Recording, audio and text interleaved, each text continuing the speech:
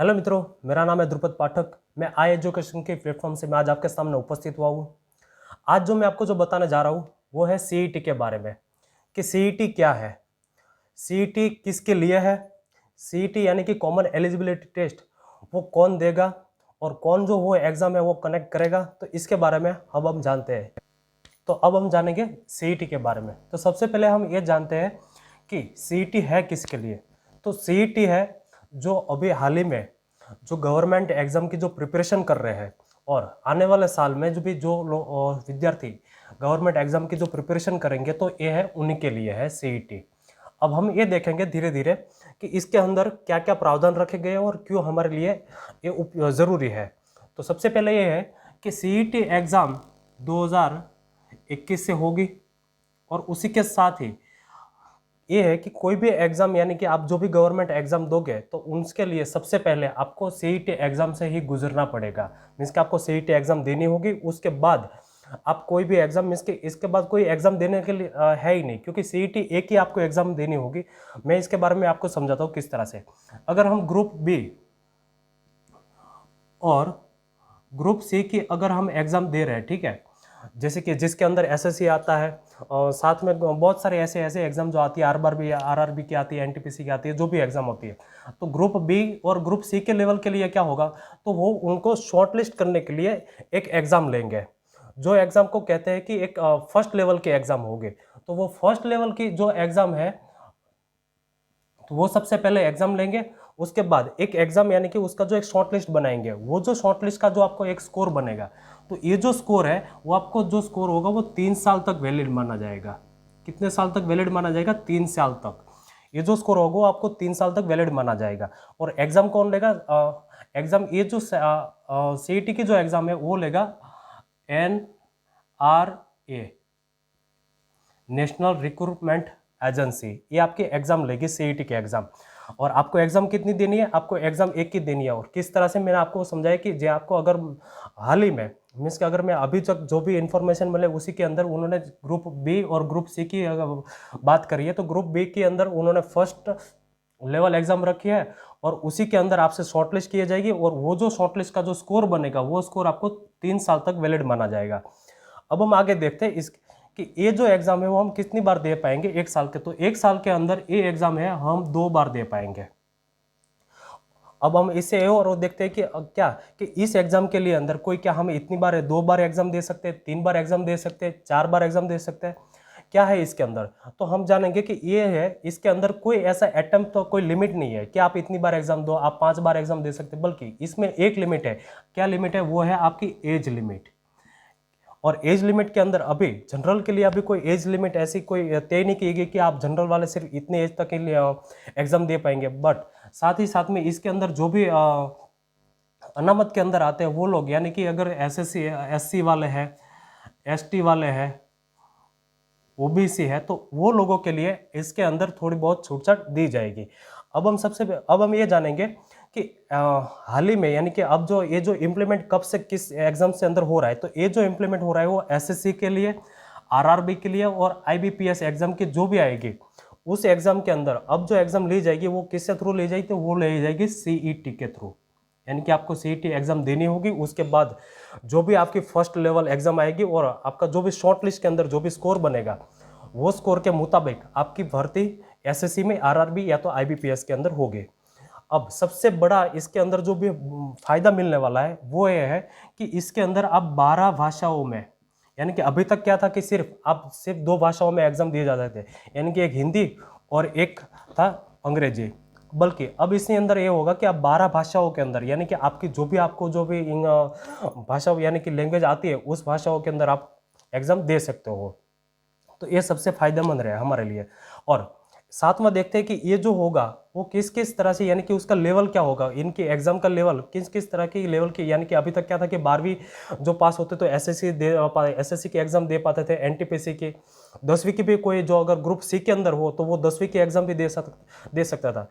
अब ऐसा होगा कि ये जो एग्जाम हो ये ग्रेजुएट, 12वीं और 10वीं, इसके लिए अलग अलग तरीके से ये रखी जाएगी हर एग्ज़ाम। कि 12वीं के अगर लेवल पे जो भी एग्ज़ाम आती है गवर्नमेंट की तो उसके लिए अलग सीईटी की एग्ज़ाम होगी, ग्रेजुएशन के लिए एक अलग होगी और 10वीं के लिए एक अलग होगी। तो ये सब हमने जाना कि सीईटी एग्जाम किस तरह से करने लेगी। अब हम जानते हैं कि सीईटी के सेंटर यानी कि हमें एग्जाम कहाँ पे देना होगा और किस तरह से हमें एग्जाम देना होगा, तो अब हम जानते हैं इसके बारे में। तो सीईटी जो एग्जाम सेंटर होंगे वो ज़्यादा नहीं है, बल्कि ऐसा है कि हर डिस्ट्रिक्ट के अंदर, हर डिस्ट्रिक्ट यानी कि अभी तक 1000 एग्जाम सेंटर इन्होंने बनाए हैं सीईटी के, और साथ ही में उन्होंने 117 एग्जाम सेंटर और बनाए। ये जो एग्ज़ाम होंगे, ये जो एग्ज़ाम सेंटर है वो ऐसा है कि ये एग्ज़ाम बेहतर तरीके से लेने के लिए उन्होंने यानी कि फोकस ज़्यादा करने के लिए इन्होंने 117 एग्ज़ाम सेंटर और बनाए हैं। यानी कि कुल मिला के कितने हुए, तो कुल मिला के वो 1117 इतने एग्ज़ाम सेंटर इसी के अंदर होंगे।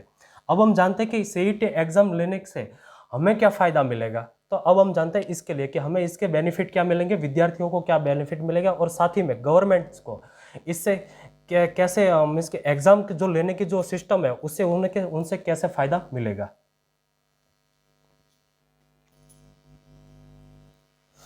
तो मित्रों, अब हम ये जानते हैं कि सीईटी एग्जाम से स्टूडेंट को बेनिफिट क्या मिलने वाला है, यानी कि जो भी परीक्षार्थी है, अभ्यर्थी है, तो उसको क्या क्या बेनिफिट मिलने वाला है। तो सबसे पहले हम ये जानेंगे, क्योंकि इसका एक एग्जाम सेंटर है वो हर जिले के अंदर है। यानी कि कोई ऐसा स्टूडेंट है कोई एक से दूसरे जिले के अंदर जो जाते थे एग्जाम देने के लिए, यानी कि जो भी उसकी यात्रा यानी कि ट्रांसपोर्टेशन कॉस्ट था, तो वो अब इसमें बच जाएगा। तो ये हुआ सबसे पहला बेनिफिट। उसके बाद दूसरा बेनिफिट ये हुआ कि अब समय की बचत होगी, क्योंकि कई बार ऐसा होता था कि अगर मैं अपनी बात करूं तो मैं गुजरात में रहता हूं, तो गुजरात से अगर मैं दिल्ली पुलिस की अगर मैं एग्जाम देने जाऊं, तो दिल्ली से गुजरात से दिल्ली जाने के लिए जो भी टाइम था, तो वो टाइम की अब कमी होगी, क्योंकि अब जो एग्जाम होगी सीईटी के एग्जाम वो हमारे गुजरात में भी आएगी और हर जिले में आएगी। सिर्फ गुजरात की बात नहीं है, बल्कि हर स्टेट के हर जिले के अंदर सीईटी के एग्जाम होगी। यानी कि उसके क्या फायदा होगा कि हमारा टाइम भी बचेगा। सेकंड चीज ये आएगी कि पैसा बचेगा। अब वो जानते कि वो किस तरह से होगा कि सीईटी यानी कि उसका मतलब क्या है कि हमें सबने देखा सीईटी यानी कि कॉमन एलिजिबिलिटी टेस्ट, सबके लिए सिर्फ एक ही टेस्ट होगी, या चाहे फिर वो एसएससी हो, चाहे फिर वो आरआरबी हो, चाहे फिर वो आईबीपीएस हो, यानी कि कोई भी एग्जाम हो गवर्नमेंट की केंद्र लेवल की कोई भी एग्जाम हो, उनके लिए सिर्फ एक ही एग्जाम होगी। यानी कि हमें फॉर्म कितने फिल करने होंगे, सिर्फ एक ही फॉर्म फिल करना होगा। अभी तक ऐसा था कि हर एजेंसी के लिए हमें अलग अलग फॉर्म फिल करना होता था। एसएससी के लिए आप अलग फीस दो, रेलवे की कोई भी एग्जाम आए तो उसके लिए आप अलग रखो, फिर बैंकों के लिए अगर कोई भी एग्जाम आए तो उसके लिए आप अलग फॉर्म फिल करो। तो उसमें अगर हर में अगर 100 रुपये, कहीं पे 500 रुपये, कहीं पे 1000 रुपये, तो वो जो फीस थी तो वो अब सिर्फ एक ही फीस लगेगी। इसलिए हमें पैसों में भी फायदा हुआ। और इसके साथ ही हमें कहाँ पे फायदा हुआ कि एक हुई कि पारदर्शिता, कि अभी तक हमें बहुत सारा ऐसा जाना है कि कहीं कहीं पेपर्स लीक हो जाते हैं, तो कहीं पे एग्जाम के अंदर भी मीन्स के कहीं घोटाले बाहर आते हैं। तो ये जो सारी जो अब सीईटी के थ्रू जो भी एग्जाम आएगी, तो उसी के अंदर पारदर्शिता के अंदर सबसे ज़्यादा फोकस किए जाएंगे, जो स्टूडेंट के लिए ज़्यादा बेनिफिट होगा। अब हम साथ ही साथ में ये भी देखते हैं कि गवर्नमेंट के लिए ये कैसे फायदेमंद है। तो गवर्नमेंट के लिए सबसे पहले फायदेमंद तो यही है कि उसका भी टाइम बचाएगा, क्योंकि हर एग्जाम लेने के लिए उसे पूरी कमेटी बनानी पड़ती थी। उसके बाद उसी को वो जगह जहाँ पे वो एग्जाम यानी कि एग्जाम सेंटर होते तो वहाँ पे अपना समय बीतता था। तो वो जो समय होगा, क्योंकि अब एक ही एग्जाम आएगी, साल में 2 बार एग्जाम होगी, तो एक ही साथ होगी, तो ये जो टाइम है तो उनका टाइम भी बचेगा, साथ ही में उसका पैसा भी बचेगा कि अभी एग्जाम सेंटर रोकने के लिए, एग्जाम की कमेटी के बनाने के लिए, और साथ ही साथ में ये जो एग्जाम के जो पेपर्स वगैरह था तो उसका जो भी कॉस्ट था, तो वो पैसा अब गवर्नमेंट का भी पैसा बचेगा। अब हम ये सोचते हैं कि यार ये सब एक ही साथ क्यों, इसने ऐसे क्यों सोचा, तो क्योंकि अब हाल ही में हम देख रहे हैं कि उन्होंने वन नेशन वन इंडिया के बाद कई ऐसी योजना थी कि जिसके अंदर पूरा राष्ट्र सिर्फ एक होकर चले। तो इसी के अंदर भी कुछ ऐसा ही है कि इसके अंदर गवर्नमेंट चाहती है कि वन नेशन और वन एग्जाम हो, यानी कि सबके लिए सिर्फ एक ही एग्जाम हो। इसी के लिए उन्होंने एनआरए की बनाया, और एनआरए जो संसद के अंदर इसकी घोषणा की गई थी। किसने की गई थी, तो वित्त मंत्रालय निर्मला सीतारमन ने इसके बारे में बताया था। जिस वक्त बजट जब पारित हो रहा था, बजट यानी कि जो हमारा केंद्र के अंदर लोकसभा के अंदर जो बजट हो रहा था पारित हो, तो उस वक्त उन्होंने यानी कि फेब महीना के अंदर उन्होंने इसकी घोषणा की थी एनआरए की। और एनआरए जो है वो सीईटी यानी कि कॉमन एलिजिबिलिटी टेस्ट ले रहा है।